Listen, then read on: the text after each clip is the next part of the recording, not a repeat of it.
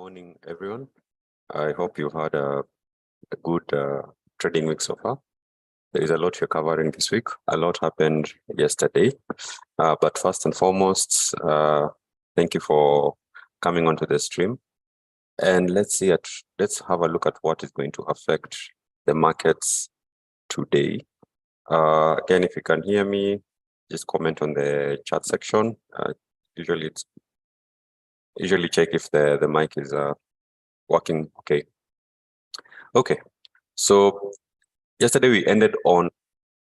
we mentioned that we have the CPI coming out from Australia, and that's what we're going to start with.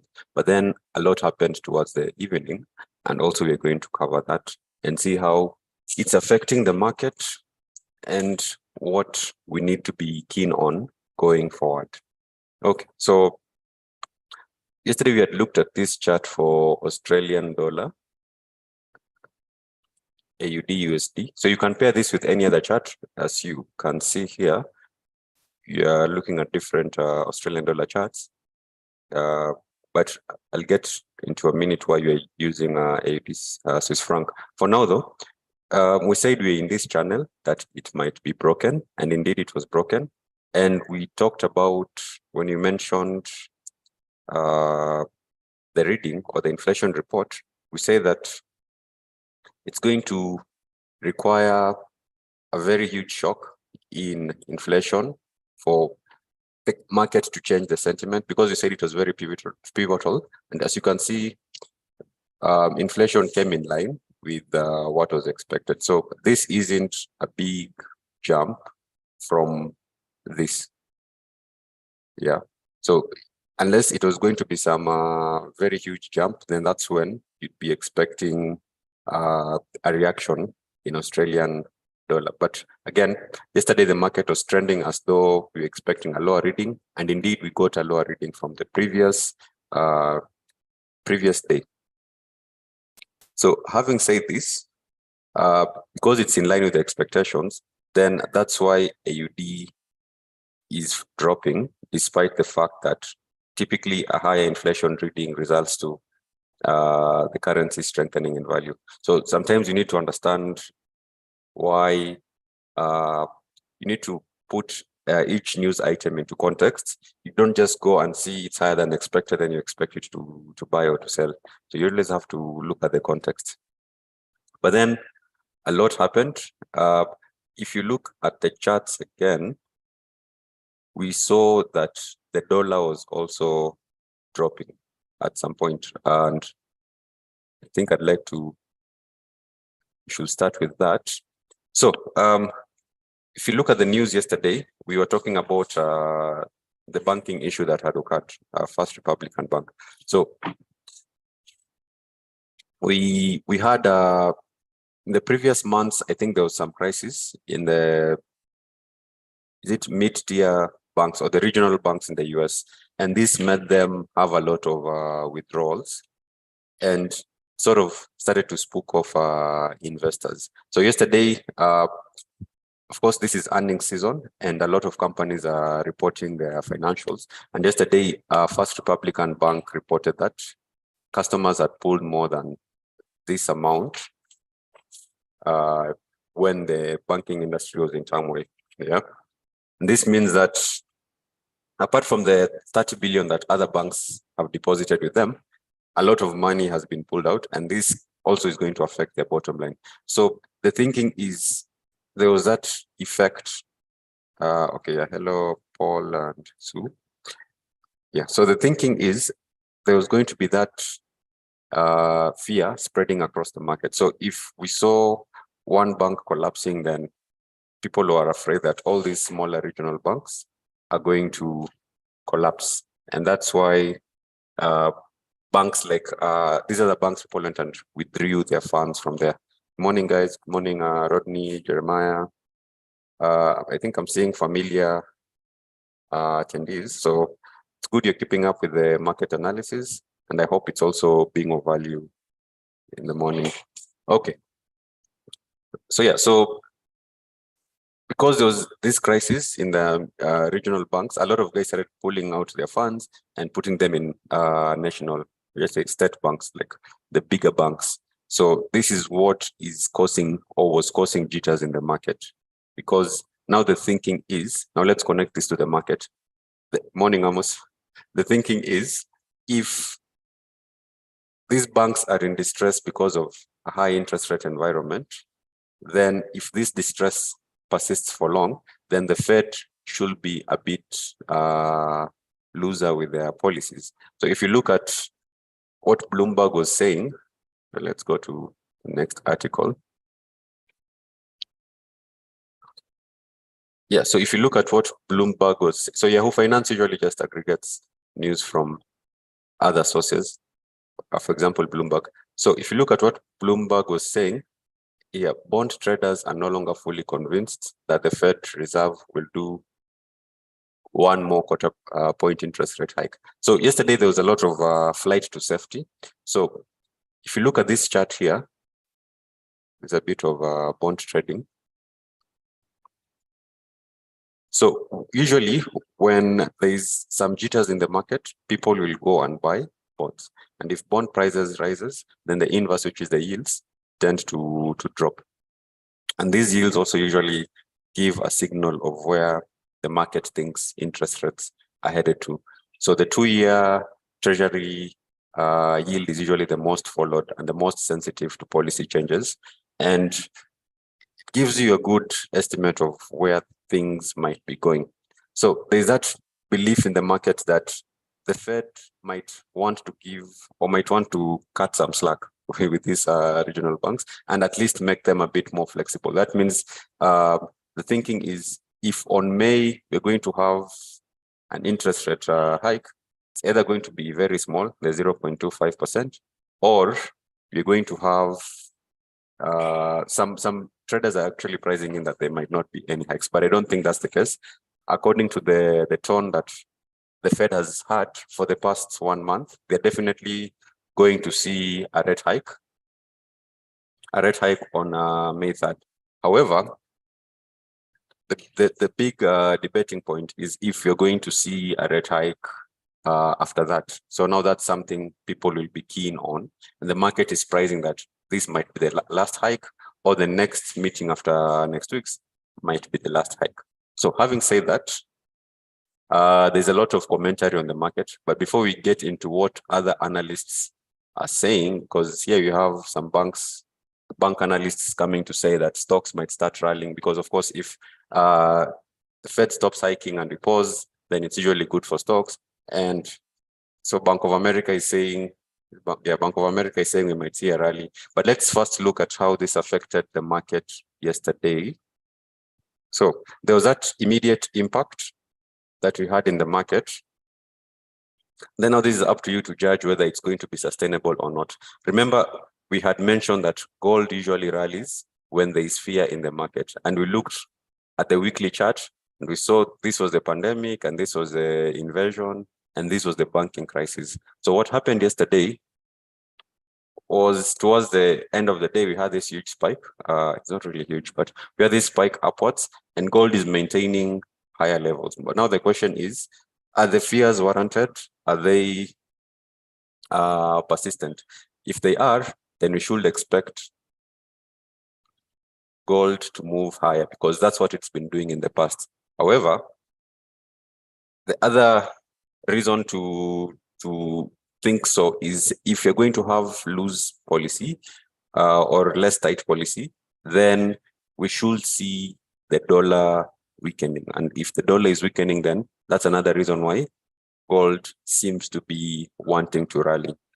So that's number one. Number two, if you look at let's see, Euro USD. Okay, before I get into this one, let's look at NASDAQ. So we had a slight scare in the markets. So in this case, we had NASDAQ dropping to our lower bound. So this has been here since last month. Yeah, it's been here since last month, this lower support area. Please explain in US 2-year, 10-year inversion mean in terms of recession figures. Okay, so we'll answer that question. Okay, so we've come to this lower bound area here, which is a support that has been holding for the past 1 month. So if the fears persist, then we might see stocks heading lower. But we have a very big but if you look at the news yesterday, and this is now some good news, is we're in earnings season. Because we're in earnings season, we've been expecting quite a number of announcements.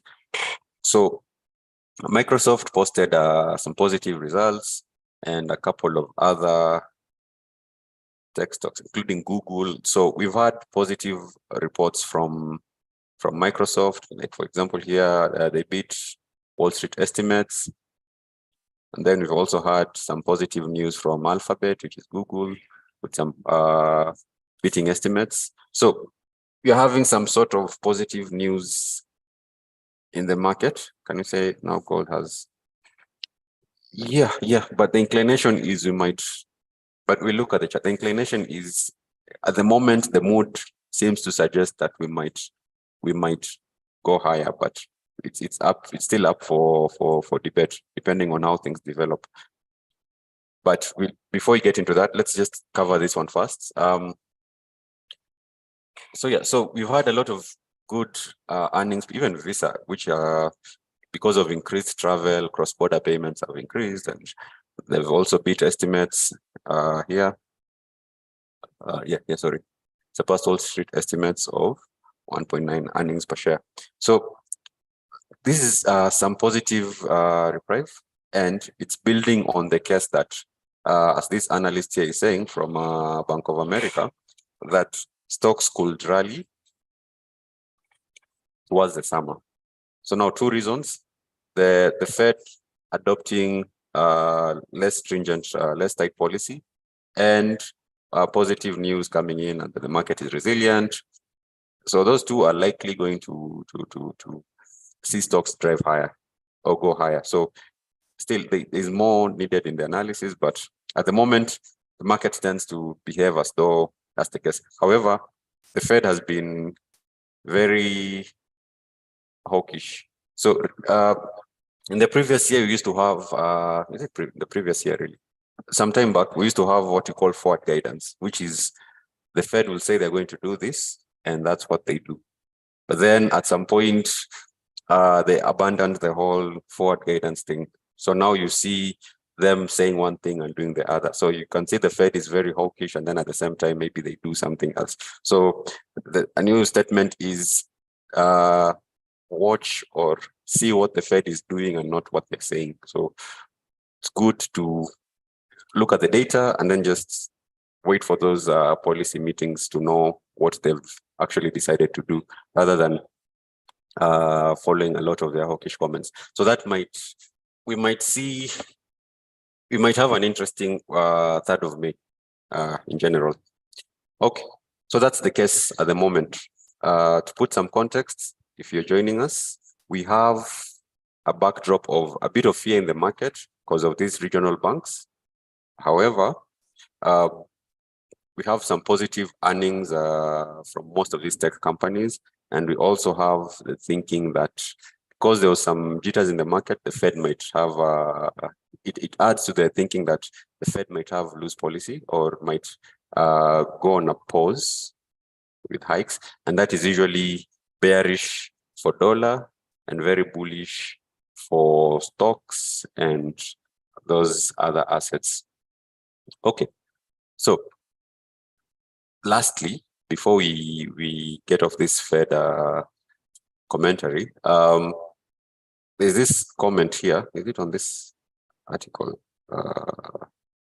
Let's see. There's a comment here that they're saying something about it will take a pretty, it will take, I don't know why this one is not highlighting. So this last statement here, I think you can see, it will take a pretty large shock on the PCE for the Fed to not hike on Wednesday. I'm assuming it's a shock downwards, negative shock. So in that case, if you look at the news item we're expecting on Friday, which is the PCE, so Let me just go to this one.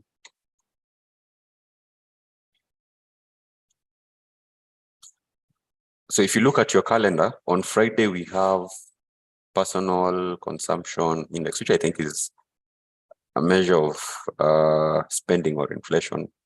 This one.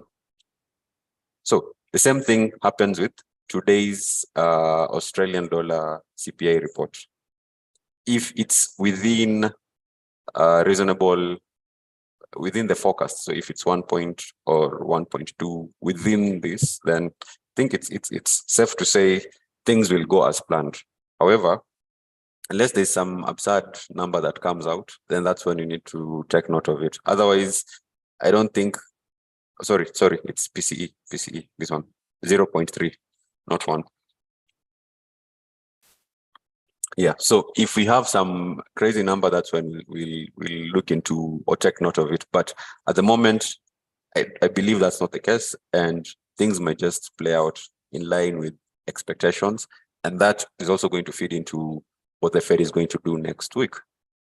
Okay, so let's look at the charts. Having said that, before we go further,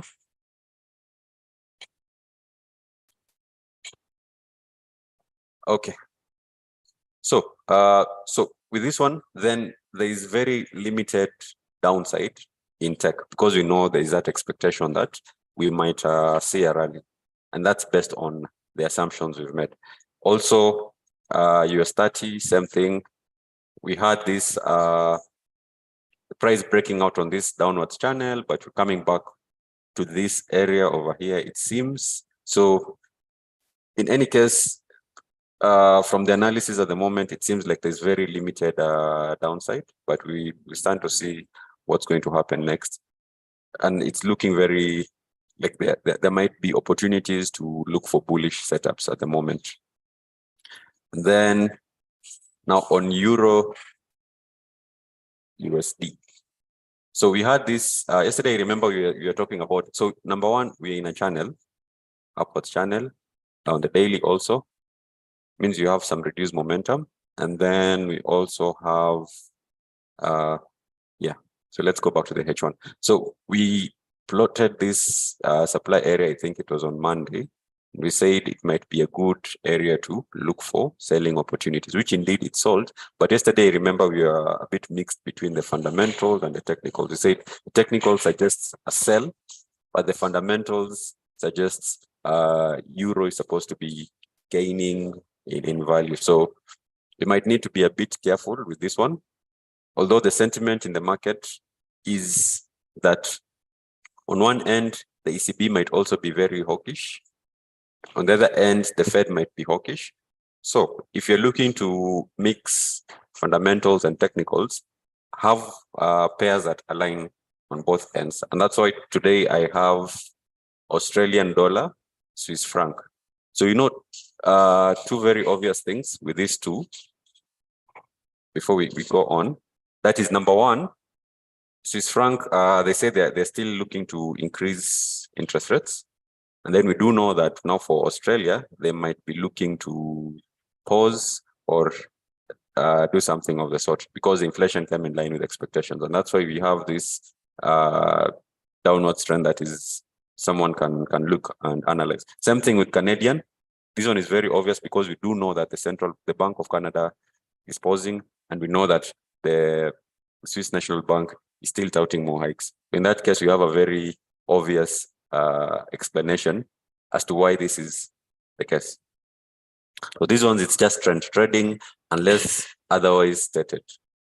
Yeah, so sometimes when you're trading, it's when you have everything aligning, it's usually very easy to pick on what to do. Okay, so let's see. Yeah, so let's look at, let me answer the question first.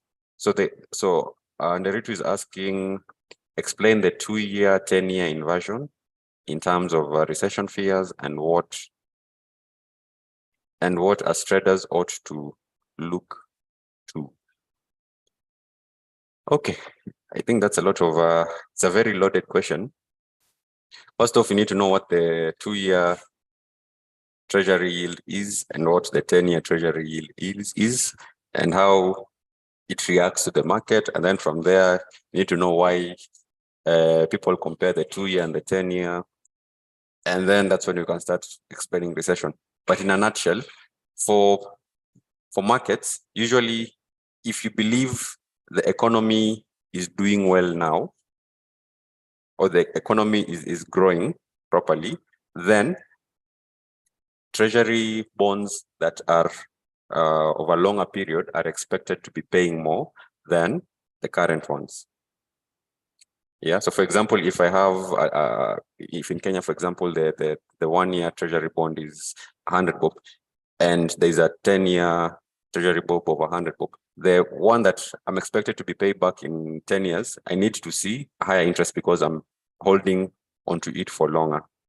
However, when there's jitters in the markets, and when we assume that, for example, right now, there's high interest rates, there's a high interest rate environment, and the Fed has raised interest rates very aggressively. And the market expects that these interest rates, this high interest rate period won't last for long. Then, of course, short-year or shorter-term bonds will yield higher than longer-term bonds, and that's called inversion, because ideally the normal scenario is the longer-term bonds need to yield more because investors are holding them for more. So inversion is usually it's an indirect market indicator.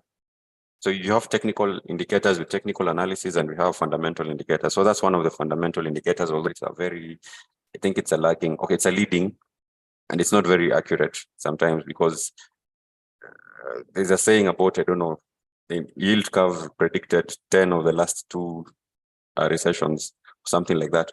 So sometimes it tends to go off like that a couple of times. So it's not very reliable. However, it gives a very good indicator of the current mood in the market. So I think you can just go and research on that. So traders look onto that, especially bond traders, because the assumption is bond traders are assumed to be, the bond market is assumed to be smarter than the stock market because it's made of institutions and they know what they're doing. So traders look into such indicators to know what is the mood, what is the sentiment in the market. It's like a fear gauge, in my opinion. Yeah, so then the next question is, can we say gold is now trending sideways? Okay, let's look at gold. Yeah, so because there's so much uncertainty, okay, we are to some extent very certain about the hike next week. So if you look at your charts, sorry, calendar, let me switch to calendar. Next week we have, okay, just a minute.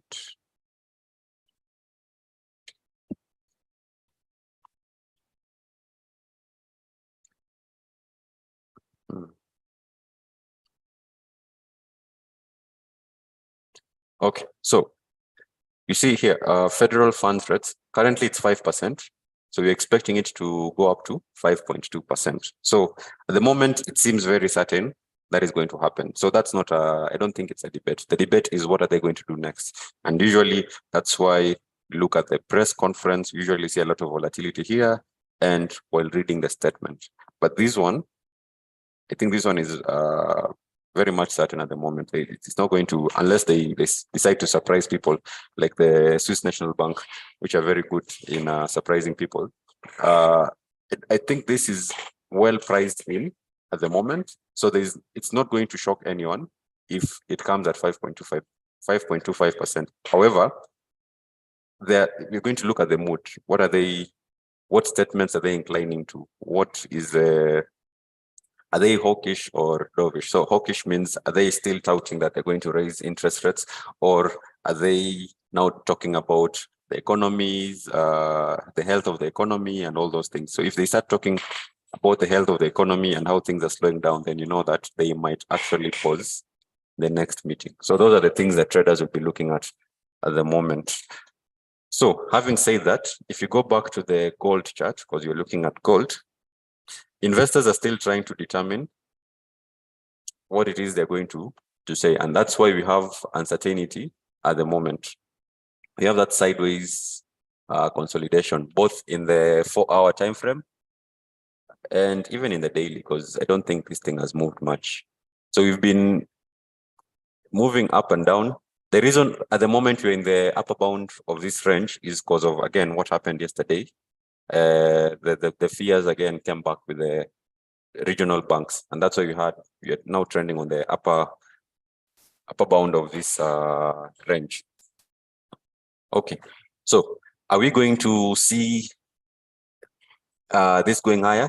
If it does, there's a big possibility that we might, and that means you have to wait for confirmation. If we see, especially price clearing this zone we have over here, then that's when I think can have a good reason to know that the market is indeed pricing in that, number one, the Fed might pause after the next meeting, and number two, either that or the fears are still persistent in the market, the fears of the banking sector. Because remember, that's what caused the gold to go back up past 2000. But of course, 2000 is going to be a very hard zone. Actually, there's a 2000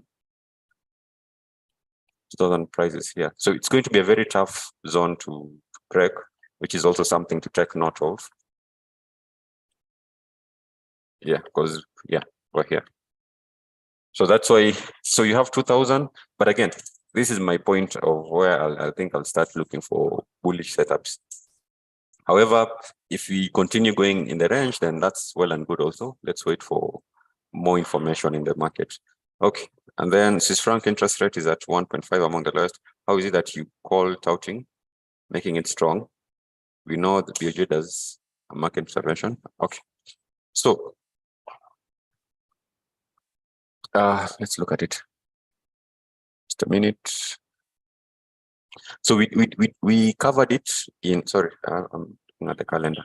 Let's go to the calendar.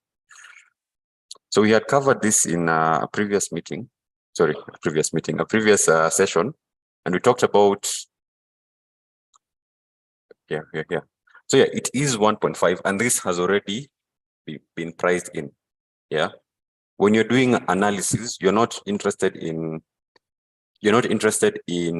what the current data point is per se. You're interested in the change or the difference. So in this case, even right now, if you to look at, for example, Kenya and Tanzania, the rates are already priced into the market. However, if one party assumes or wakes up and decides they're going to increase interest rates, then that becomes a concern. So I'm trying to put this in so yeah, most of the times when you're working with financial data, we work with returns and not necessarily the price itself. So usually focus more on what is the change. So what is the change in interest rates in one central bank vis-a-vis another central bank? Those are the most important data points that you should be concerning yourself with, and not necessarily what is the current rate. So that's the thinking, or that's how you usually gauge financial data. Because again, if this was the case, then interest rate parity would be playing a big hand in the direction of the currency at the moment, which it's not, because the market is working on expectations. What is going to be the change in future, or how is that state going to be in future? So I hope that answers your question, Ndere too. Okay, so, and then lastly, we have the earnings calendar. So you're still going to look for, so I'm seeing gold is already trying to move higher. So lastly, we have the earnings calendar. So let's hit load. Yeah, so we have Meta coming in today. I think this is, today. Is it tomorrow? This is tomorrow, sorry. So we have Meta coming in tomorrow, and then we have Boeing, but I'll be taking a keen note on tech sectors. I don't know why this one is not categorizing it in terms of sectors also. But yeah, I'll be taking a keen note on those tech sectors, because they usually form, or tech sector companies, they usually form a big chunk of the market cap, and they tend to move the market a lot more often. So those are the names I'll be focusing on. So we had Meta, and generally, if you have eBay, what else is here? Okay. So these ones, okay, yeah. So these ones, just have a keen eye on them. And the other thing is just know if majority of them are positive, then that's good. And in most cases, you can just go and search for an article about earnings and just see in general what is the mood of the market. That should give you good enough picture to know, are the sentiments looking bright, or do we seem to be having jitters in companies, in US companies? Okay, so having said that, I think that's pretty much it for today. So let's see what other thing we should be expecting this week before we wrap this up. So we have we have unemployment claims coming up. This one is usually, I think this should be a lagging indicator because unemployment claims. Anyway, so we'll try and cover this tomorrow, but this should be a lagging indicator. So I don't think the impact should be that large in the market, although we would have to look at it tomorrow. Yeah. And then we also have this one, the BOJ outlook report and monetary policy statement. So again, I had the chart for a good pair to look at would be, let's see. So because these statements are coming out quite clearly, a good pair to look out for will be number one, Japanese yen and Swiss franc, or even Australian dollar and Japanese yen. The ones that you're already sure, I don't know why this one has this.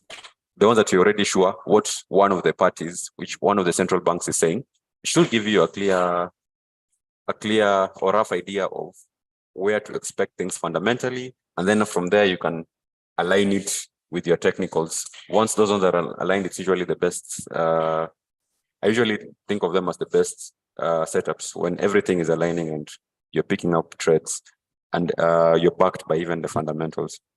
Yeah, thanks, Paul and Ritu. If you have more questions, you can just keep them coming.